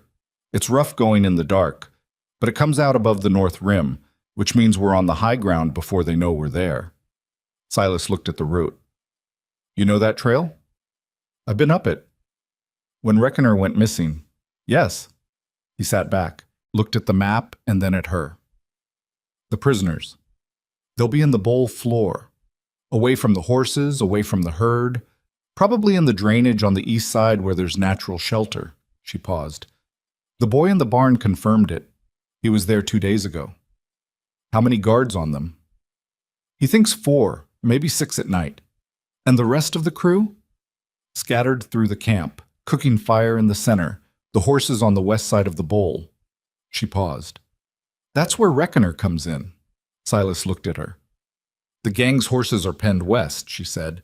"If Reckoner gets into that pen, the horses go. All of them. You know what he does to other horses. He's not an animal that shares space quietly.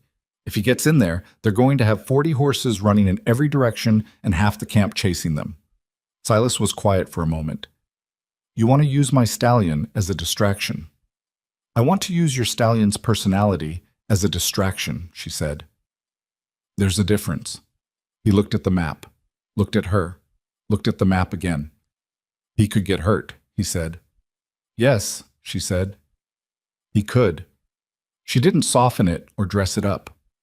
"I'm not going to tell you it's no risk. It is. But he knows that country. He survived it alone in a blizzard. He can handle it at night with a clear direction." Silas pressed his thumb against the edge of the table. "All right," he said. "Yeah." The ranchers came in through the evening. Not all of them. Some said no. Some couldn't be reached in time. And 2 who were reached said the right words, but Silas could see in their eyes that they wouldn't be there when the hour came, and he didn't push them. What he got was 14 men, including Garrett and Amos Trent, who had arrived at the ranch that afternoon to check on things after word reached him and had stayed without being asked. 14 men was not a cavalry. It was enough to matter and not enough to be comfortable, which seemed to be the condition the whole situation was operating under. They gathered in the north barn because it was the largest covered space, and the prisoner had been moved to the smokehouse, and Nora stood at the front of the assembled men with the map on a board she'd propped against the stall gate. The room was skeptical. Silas could feel it. The way men get when they're scared and don't want to show it. And the thing they do with that is push back on the plan. Walter Foss, whose family was among the prisoners, was there. He was a mild man under normal circumstances. Tonight he was something else. He stood at the back with his arms rigid at his sides and his jaw working, and when Nora finished laying out the approach route, he said, flatly, "You're asking us to ride a night trail on the word of a woman who used to ride with raiders." The barn went quiet. Nora didn't flinch. "Yes," she said, "I am." "That's not—" "My family's in that canyon too," Garrett said from across the room. Everyone looked at him. "My nephew and his wife are in that bowl because I was too proud to work with my neighbors for 8 months, and now I'm here and I'm listening." He looked at Foss. Unless you've got a better plan, Walter. Boss's jaw worked some more. I just think the trail is real, Silas said. He was standing to the side, not at the front, but when he spoke, the room oriented to him.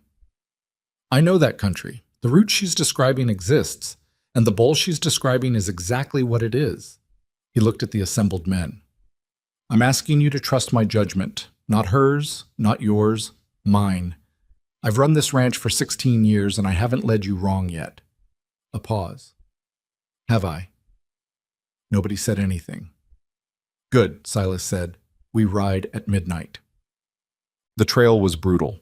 Nora had said it was rough going and she hadn't been wrong, but rough going was a thing you understood differently when you were actually on it, in the dark, with 14 horses and men who didn't know the terrain following behind you at intervals close enough to keep contact but far enough to avoid pile-ups on the narrow sections.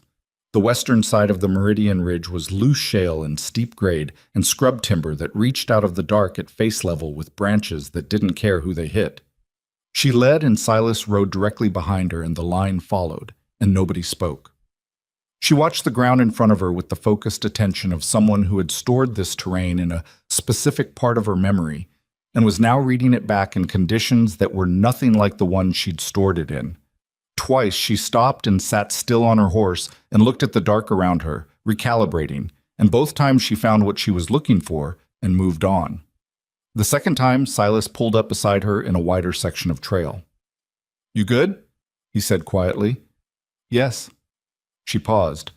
40 yards ahead at switchbacks. Tell them to go slow. He passed it back.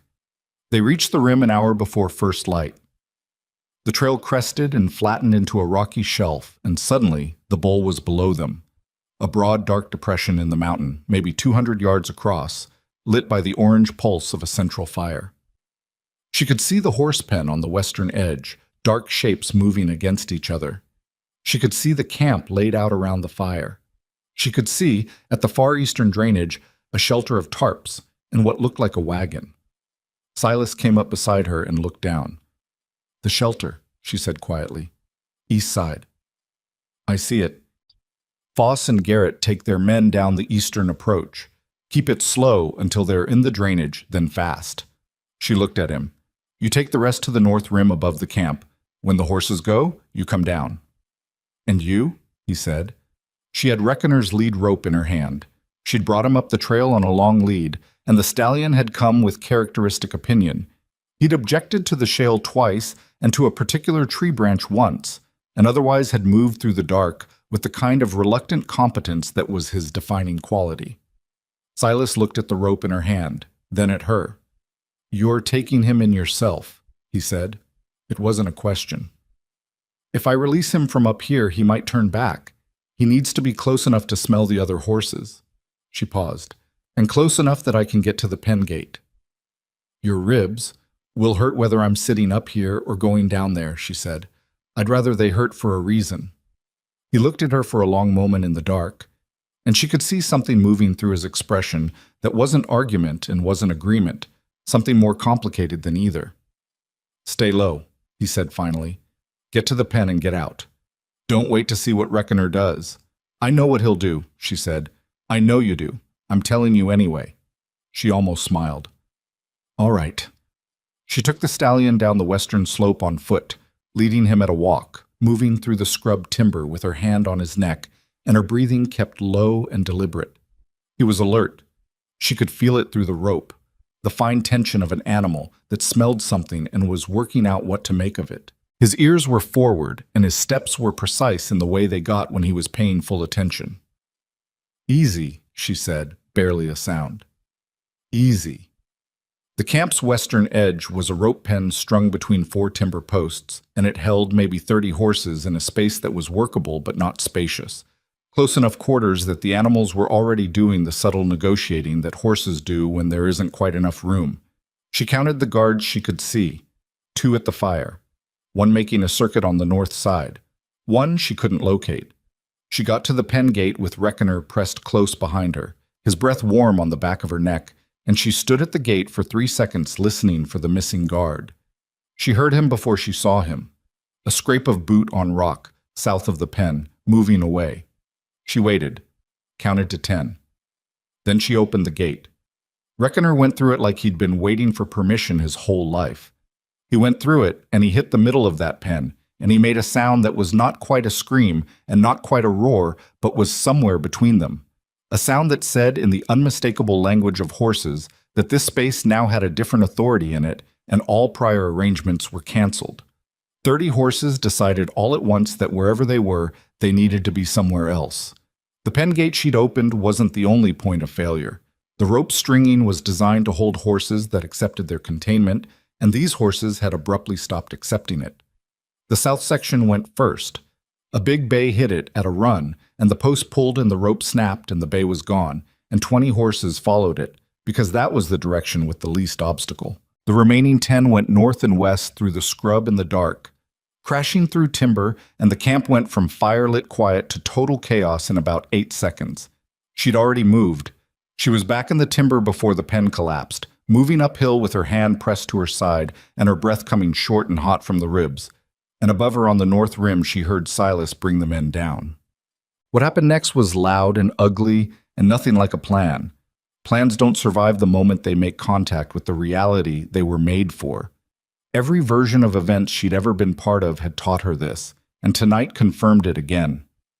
Foss and Garrett came into the eastern drainage and hit the guards there, and it went fast and rough. And one of Garrett's men took a rifle shot in the shoulder that would heal, but that made the next 10 minutes considerably more complicated. Silas's group came down the north rim and into the camp and the camp's defenders, who had been trying to manage 30 missing horses and a fire that was getting kicked around in the chaos, were trying to fight a rear-guard action against men coming from above while also not getting trampled. The leader on the gray horse, she'd lost him in the first minute, and that scared her more than anything else. She found him on the south side of the bowl, on foot, which meant the gray horse had been among the ones that ran. He was moving toward the drainage, toward the prisoners, and she understood immediately what he was doing. He was going for leverage. He was going for the thing he still had. She cut him off. She came around the south side of a boulder, and they were 10 feet apart. And he stopped. And she stopped. And they looked at each other. He was older than she'd thought from a distance, mid-50s, with a face that had been hard for a long time, and eyes that were doing the same calculation hers were. "You ran my men off a ranch with a ditch fire and some scared cattle," he said. His voice was even, almost conversational. "I did," she said. "That was you?" "Yes." He looked at her for a moment. "Decker's crew," he said. "I heard he had a woman who knew terrain work." Decker's crew was a long time ago. Not that long. He tilted his head slightly. "You could walk away from this, right now. Whatever arrangement you've got with the rancher, it's not worth—" "The family's in that drainage," she said. "You're going to step away from them and put your hands where I can see them." He smiled. It wasn't a warm smile. Or the 14 men coming down that ridge in the next 30 seconds are going to have a much less complicated conversation with you than I'm having right now. He heard them before she finished, the sound of boots on rock, men moving fast on the north side. He turned his head toward the sound, and that half second was what it cost him. She closed the distance, and she was not gentle about it, and his ribs hurt more than hers did by the time Silas and Garrett came around the boulder and found them. Silas looked at her, looked at the man on the ground, looked back at her. "You said stay low," she said. "I did," he said. "I tried." They brought the prisoners out of the drainage as the sky was going from black to gray in the east, that thin, uncertain light that isn't quite dawn yet, but is the promise of it. 7 people, 2 families from the Holt and Foss properties, including a woman with a young child who had been held for 4 days. They came out blinking and shaky-legged, and Foss went to his wife and held her in a way that made several of the ranchers around them look at the ground. Silas stood at the edge of the drainage and watched and said nothing. Nora stood beside him, slightly apart, her hand pressed to her ribs. The pain had settled into a steady, insistent rhythm that she was managing by not thinking about it directly. "It's not over," she said quietly. "No," he said. "There are men who got out last night who are still out there. The territorial marshal needs to know, all of it, The canyon, the herd they've been accumulating, the numbers. She paused. The prisoner from the barn will talk. The man I... She stopped. He'll talk too, Silas said. With enough incentive. She nodded.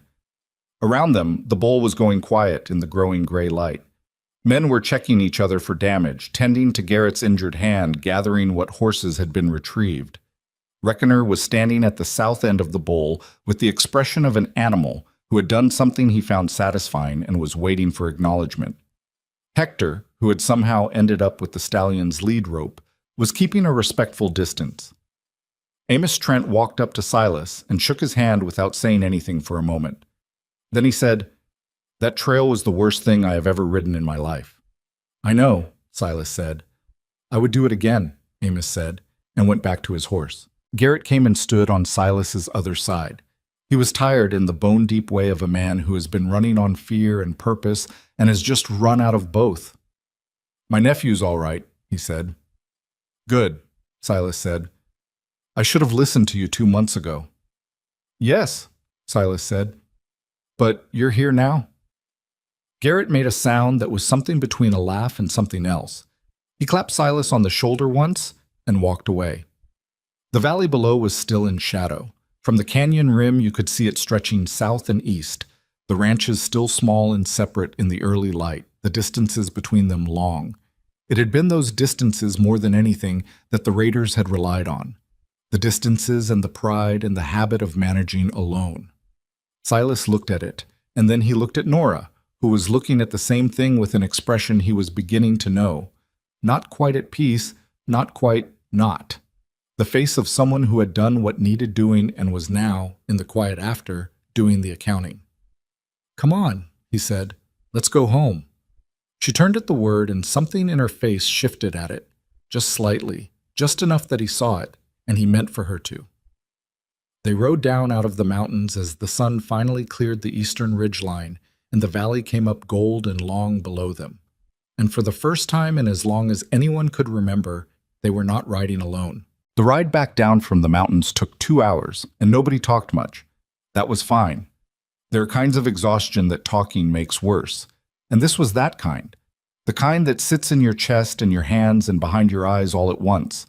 The kind that comes after something is over, and your body is only now beginning to believe it.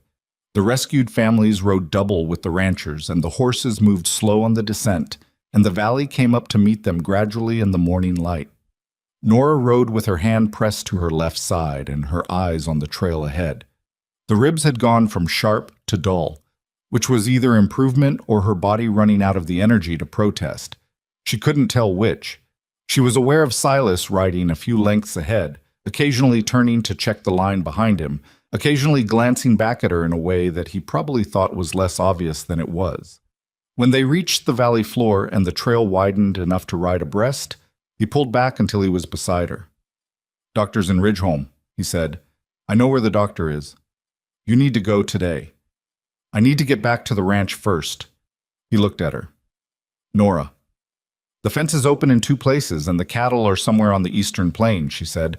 "And somebody needs to deal with the prisoner in the smokehouse before he causes a problem.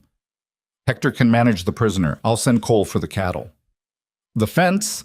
I will fix the fence," he said, in a tone that meant the conversation was over. "You're going to the doctor." She didn't argue further, which was itself a measure of how the ribs were actually feeling. The town was not prepared for what rode into it that morning. 14 ranchers, 2 freed families, a prisoner tied to a horse, and the man who led the outfit that had been terrorizing the valley for over a year, all of it coming down the main road of Ridgeholm at 9 in the morning on a Thursday, covered in trail dust and dried mud and the particular worn-down look of people who had spent the night doing something difficult. People came out of the mercantile and the feed store and the hotel and stood on the boardwalk and watched. Silas went directly to the marshal's office. Marshal Cade was a compact, deliberate man in his late 40s who had been marshal of Ridgeholm for 11 years, and who had the quality of someone who had seen enough that very little surprised him. He came out when he heard the horses and stood in his doorway and looked at the assembled group for a long moment before he looked at Silas. "Tell me," he said. Silas told him. "All of it." The months of cattle theft, the valley-wide pattern, the raid on the Boone Ranch, the canyon, the families, the prisoner. He kept it factual and sequenced, and he gave Cade what he needed without editorializing. Cade listened with his arms crossed and his eyes moving between Silas and the prisoner, and occasionally to Nora, who had dismounted and was standing slightly apart from the group with Hector nearby. When Silas finished, Cade looked at the prisoner for a long moment. Then he said, "I'm going to need statements from everyone." "You'll have them," Silas said. "Today." "Today," Silas agreed. He paused. "But the woman needs a doctor first." Cade looked at Nora. She met his gaze.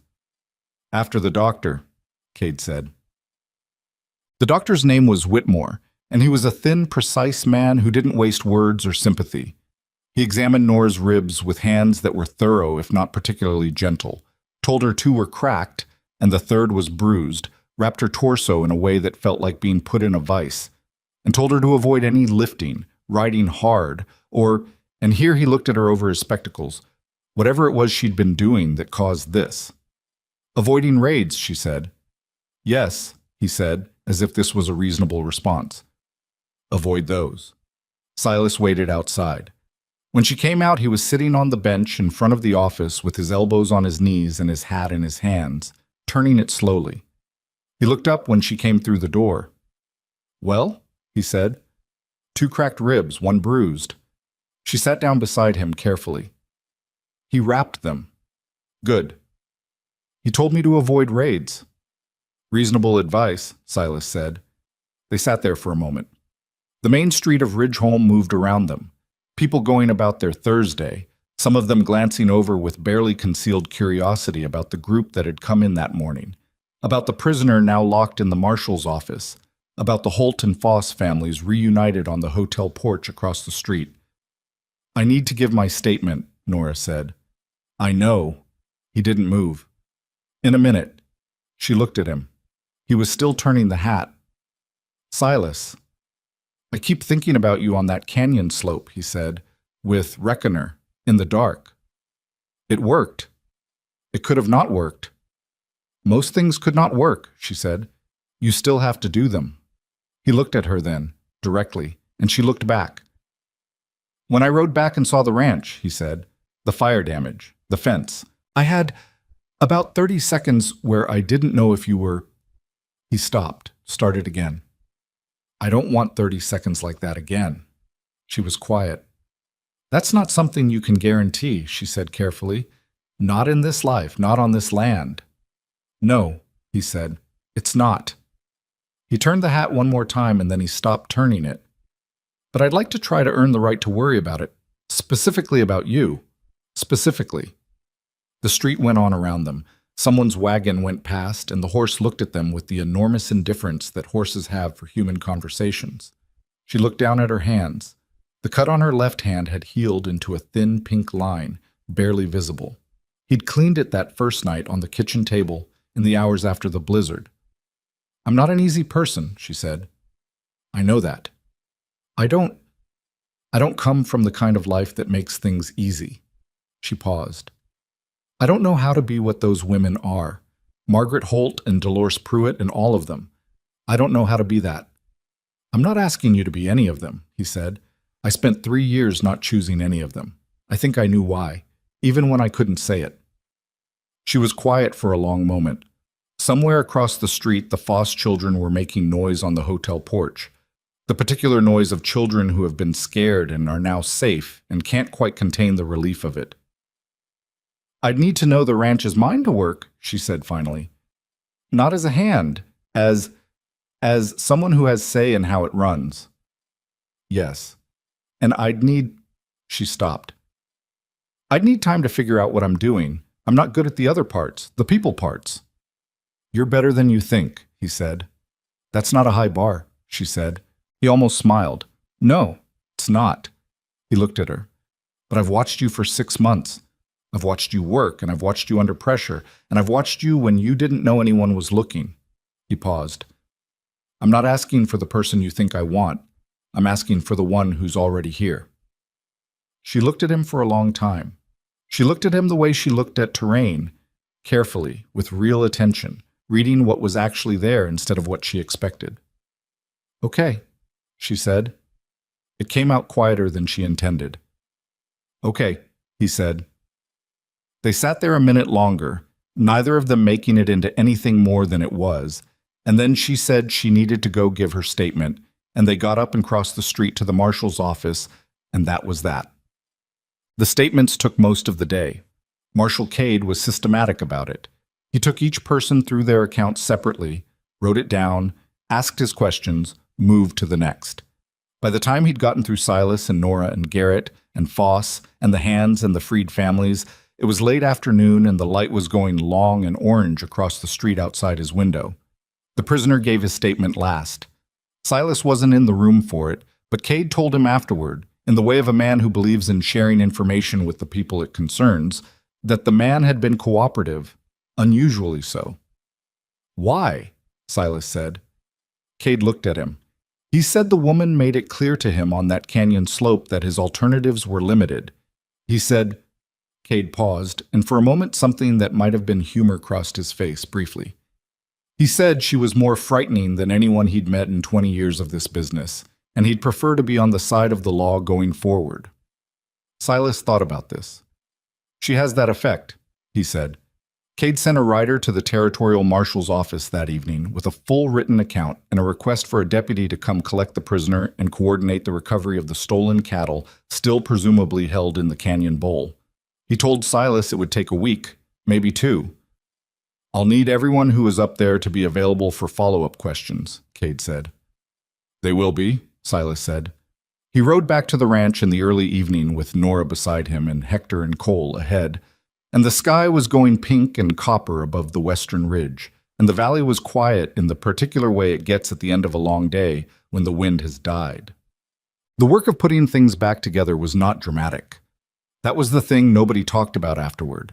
When the story got told and retold in Ridgeholm and in the surrounding ranches, and eventually in places further away than that, the part that got left out was the weeks of plain, grinding labor that followed.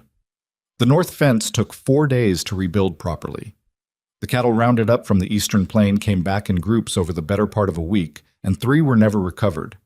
The hay lean-to had to be rebuilt from the ground up, which meant new timber and 3 days of framing and 2 more of roofing. The scorch mark on the south barn wall came off with wire brushing and time. Nora worked it all with her ribs wrapped and Whitmore's instructions mostly observed, which meant she didn't lift anything heavier than 30 pounds and didn't ride hard and otherwise did what needed doing. Silas watched her push the line of what the doctor had permitted and didn't say anything about it because he'd seen enough of her to know that saying something wouldn't help, and she wasn't being reckless. She was calibrating, measuring what her body could do against what needed doing, the way people who've learned to work through pain actually operate. The valley came back to life around them. Garrett coordinated with the other ranchers to do a proper collective count of the stolen cattle, which took the better part of 2 weeks and involved more cooperation between neighboring spreads than had happened in the previous decade. It was uncomfortable and occasionally contentious. Old boundary disputes resurfaced, old grievances got aired, but it happened, and the count got done. And when the territorial deputy arrived to take custody of the prisoner and organize the recovery from the canyon bowl, there was a unified accounting to give him.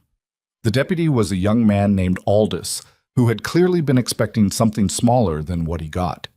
He sat in Silas's kitchen the first evening and looked at the documents Nora had helped compile. Dates, locations, estimated cattle numbers, witness accounts, and said, after a long pause, "You folks put this together yourselves?" "Mostly her," Silas said. Aldous looked at Nora. She looked back. "This is good work," he said. "It needed doing," she said. He stayed 4 days. By the time he left, there was enough documentation to prosecute the leader and the identified members of his crew on charges that would keep them occupied for a considerable time. The territorial marshal's office sent a letter 2 weeks later confirming the cattle recovery and the charges filed. Silas read it at the kitchen table and passed it across to Nora without comment. She read it, put it down, went back to the inventory she'd been working on. "Done," she said. "Done," he agreed. The town came around in the way towns do, slowly and without admitting it was happening. It started with Walter Foss, who was not a complicated man and who processed what had happened in the canyon in the most direct way available to him, which was to go to the Boone Ranch on a Tuesday morning and thank Nora in person. He stood in the yard with his hat in both hands and said that his wife and his children were home because of what she'd done, and that he owed her more than he knew how to say, and that he was sorry for what he'd said in the barn before the canyon raid. Nora looked at him for a moment. "You were scared," she said. "I was," he said. "I still said it." "Yes," she said. "You did."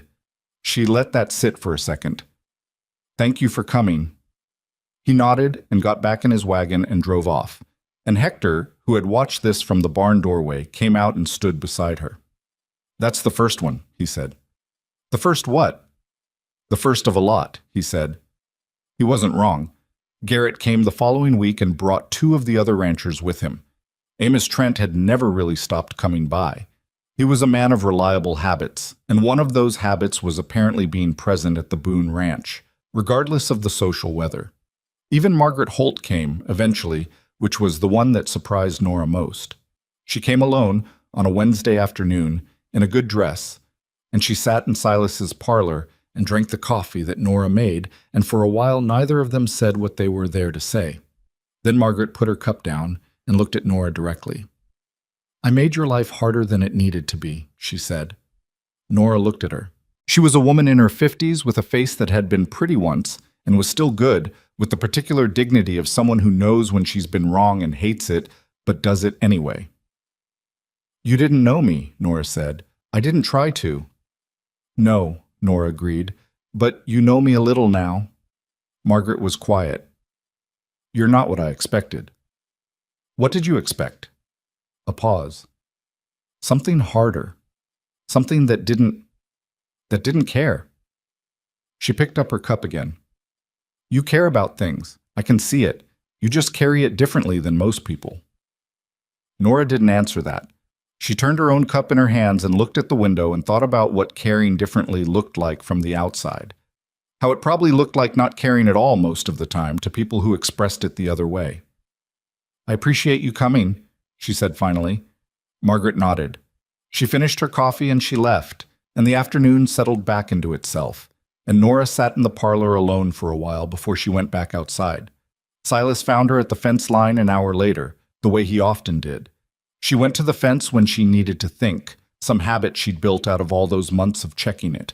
He came up beside her, and they stood looking at the north pasture, where the cattle had drifted back to their usual patterns, moving slow and unhurried through the late afternoon grass. "Margaret came," he said. "I know, you probably sent her." "I did not," he said. "That was all her." She looked at him. He looked back with the honest, uncomplicated expression that was the thing she trusted most about him, the thing she'd trusted from the beginning, even when she didn't want to trust anything. "The valley's not going to be the same after this," she said. "No. People don't go back to working alone once they've seen what working together does." She paused. "Even if they want to, even if it's uncomfortable." "You'd know about that," he said. She looked at the pasture. "I've spent 3 years trying to be separate, from what I was and the people I was with and all of it." She was quiet for a moment. "The canyon. It reminded me that the skills I built in a bad life are just skills. They don't belong to the life that made them." "No," he said. "They don't." "I'm still figuring that out," she said. "That's fine," he said. You've got time." She looked at him, and something in the plainness of that, "you've got time," hit her in a place that wasn't the ribs. It was such a simple thing to say. It was the thing nobody had said to her in 3 years of moving and working and keeping her past at the edge of view, waiting for it to catch up. "You've got time." As if this were a place she could stay.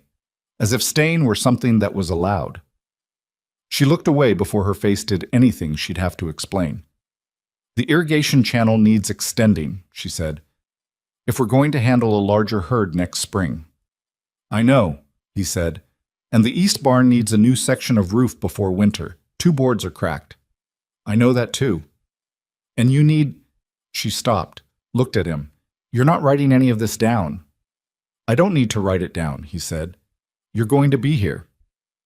The evening light was going gold across the pasture, the way it did this time of year in the valley, when the sun hit the mountains at exactly the right angle and everything caught it and threw it back.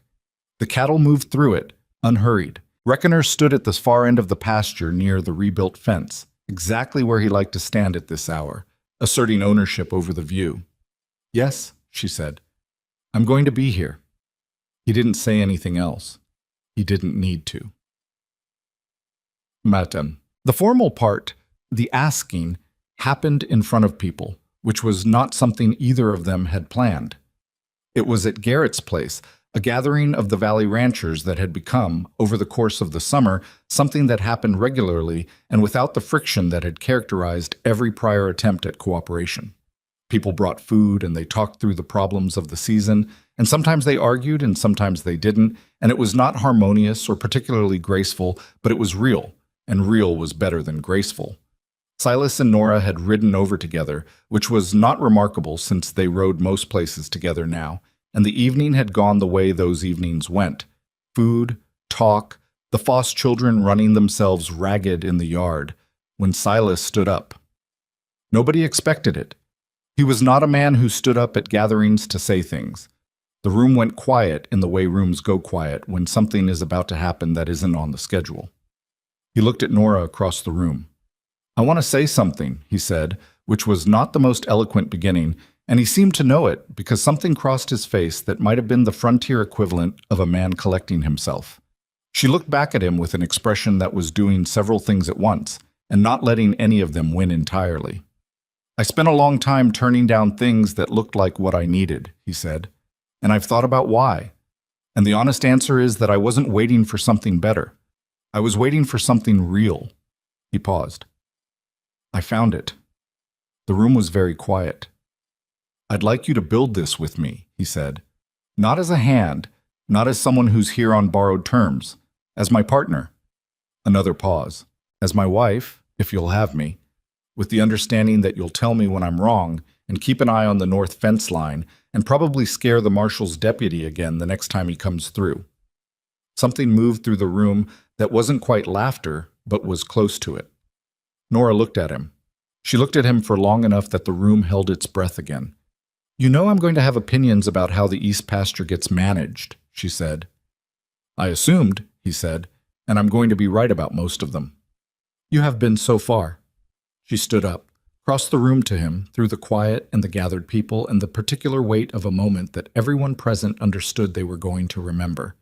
She stopped in front of him, and she was not a woman who performed things, so what her face was doing was simply what she felt, which was complicated and real and not remotely clean. "All right," she said, and this time it meant everything it had never quite meant before.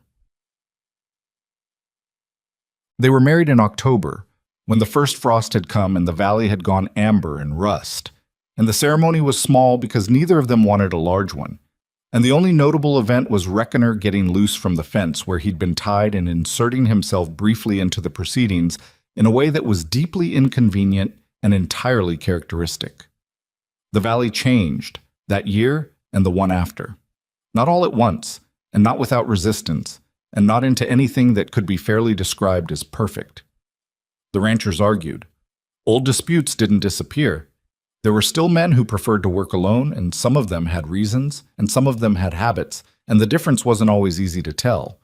But the pattern that the raiders had relied on, the isolation, the separate counts, the months where nobody compared notes, that pattern was broken, and broken things of that kind don't always mend back to their original shape. Silas filed the cooperative range agreement with the county office that fall, after 3 months of negotiating language that 7 stubborn men could all find a way to accept. Nora sat in on every meeting and said less than anyone else, and caught more than anyone else. And when the language finally went into the document, it had the structural precision of someone who had thought about how agreements fail and worked backward from there. She wasn't perfect at any of it. She was too direct with people who needed more handling than she had patience for. And there were town women who never fully came around. And there were mornings when the weight of what she'd been and what she'd done sat on her in ways she didn't have clean language for. She didn't pretend it wasn't there. She just worked the way she'd always worked and let the work be the argument that her words weren't. Silas watched her build herself into the valley the way she built everything, without asking for credit, without performing the effort, just doing it until it was done. He watched her the way he'd watched her from the beginning, from that first night when she'd sat at his kitchen table and turned a coffee cup in her hands, and wouldn't take a reward and wouldn't explain herself, and was so clearly running from something that she'd outpaced what she was running from and ended up somewhere she hadn't planned. The thing Silas had understood by the end of all of it was something that took him a long time to put into plain words. It had to do with the difference between the life you choose and the life you make. He'd spent 7 years after Clara choosing the ranch, choosing the work, choosing the cattle and the fence lines and the cold and the season. He'd been good at choosing. He'd been less good at making. Nora came from a life she hadn't chosen, mostly, and had spent 3 years trying to make something different out of what she had. She was better at making than choosing. They were, between them, a more complete instrument than either had been alone. That wasn't romance. That was something more durable than romance. The kind of thing that holds up when the fence is broken and the cattle are scattered and the ribs are cracked and there's still work to do before dark. The valley learned to hold together, imperfectly and occasionally unwillingly, because the alternative had been demonstrated. The Boone Ranch grew, not dramatically, not overnight, but steadily, the way things grow when two people are both paying attention to them. The East Barn got its new roof before the first snow. The irrigation channel got its extension the following spring. Reckoner remained opinionated about everything and beloved by no one except Nora, who understood him, and Silas, who respected the consistency. And in the evening, sometimes, when the work was done and the light was going low and gold across the north pasture, they sat on the porch steps, the same porch steps where she'd been sitting the night she first told him to be careful, the night he'd first understood that something was coming and that he wasn't facing it alone. And they sat with whatever the day had left them with, and they didn't always talk. The quiet between them had never needed filling. It still didn't. That was the whole of it, and it was enough. More than enough. It was the real thing, plain and undecorated, and it would hold.